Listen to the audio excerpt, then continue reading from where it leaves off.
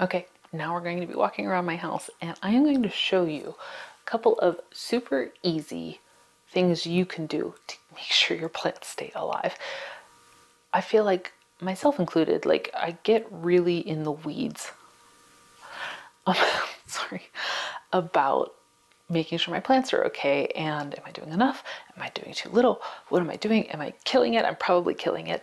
I'm gonna stop killing it. Oh God, I killed it. So instead of that, let's just go through the really low barrier of entry things you can do to the majority of your plants that will ensure they stay alive, happy, all those things. So let's get to it. Number one, snip the yellow and brown leaves off. Now, I have a couple of videos that show you what these mean, and usually it's either water conditions or just they're old, but in most cases they don't come back. So let's just snip these guys off.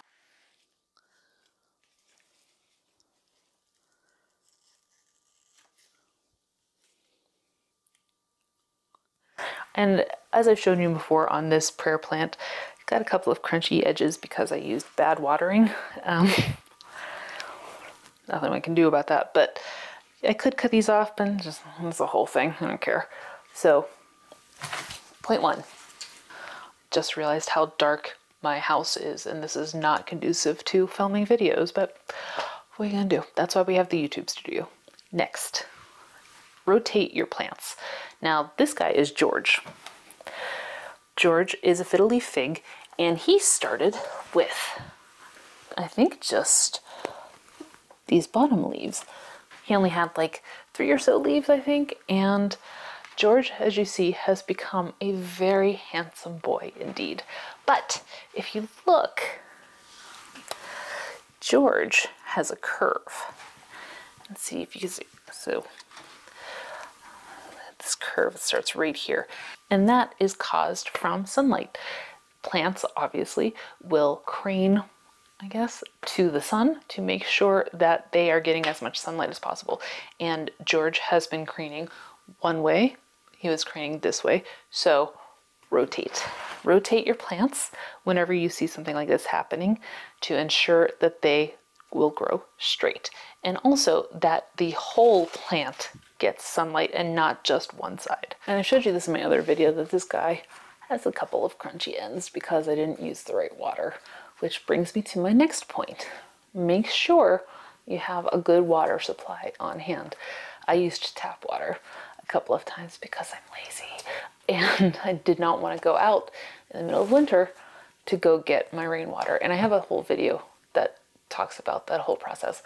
But making sure you have the right water for your plants is a huge boon to them, and it will make them so happy, as opposed to all of the like fluoride and all the stuff that's in our tap water. So even if you have to use distilled water, let water sit for a while, you know, do all of that kind of stuff, whatever you got to do, the more that you have a steady supply of delicious, happy water on hand for your plants, the better off they're going to be, and the less they're going to have to push all the gross stuff off to the ends that makes them crunchy. And again, I could clip these off, but he seems to be doing fine. We got new babies growing here, so I know he's doing okay. So I'm just going to rotate him a little bit so that the new guys can get some love. Onward to the next plant. This is Marv. Marv is my giant monstera. As you see, it had a bit of a problem trying to keep him reined in, so to speak. And that's going to be another video eventually. But Marv is a perfect example of the next thing we're going to do, which is wiping down the individual leaves to ensure that they don't have dust on them.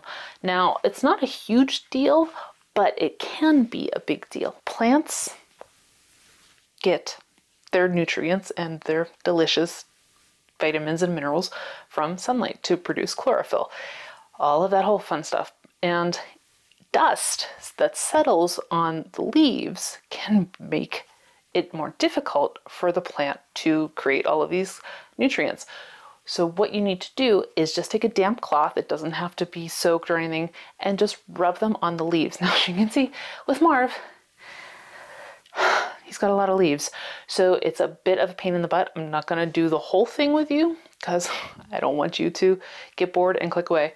But all you do is take a leaf, wipe, and that's it. You don't have to check it for dust.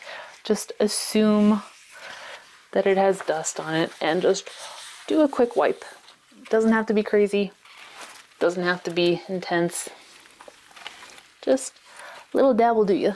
And my alocasia is a perfect example of this. I don't know if you can see the little dust parts on it because it's sort of concave and can collect dust pretty quickly. So I'm just gonna wipe it off. I'm doing this one-handed, so not the best, but better than nothing.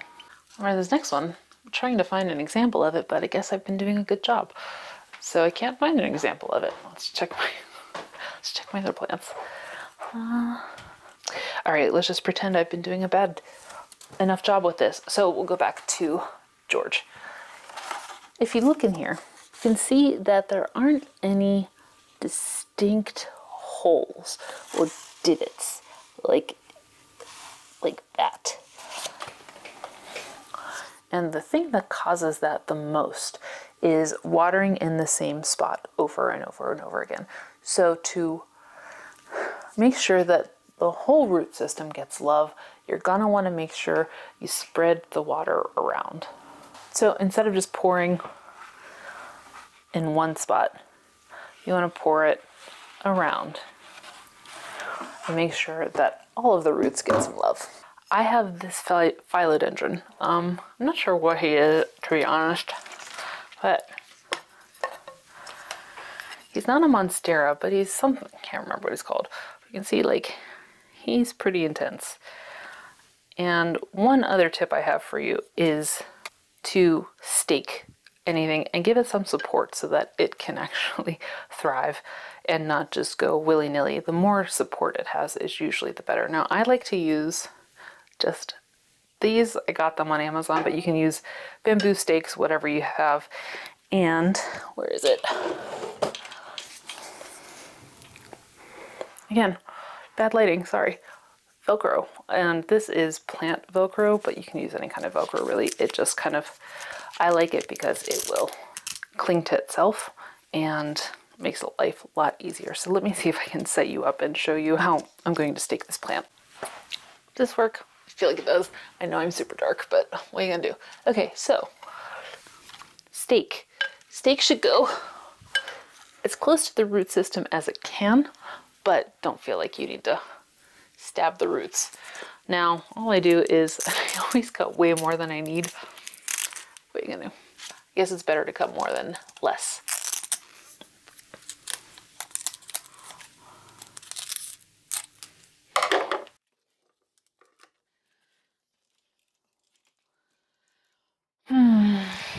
This is the tough part, figuring out just how much I need to secure. So we're gonna be overly cautious and secure a couple of the roots. Again, too much.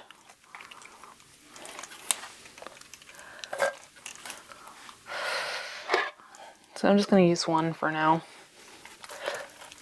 And actually, we'll just do this since I have a wee little bit.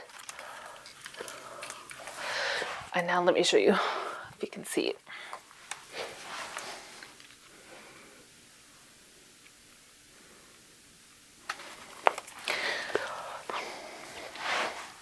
That is going to be a much happier plant.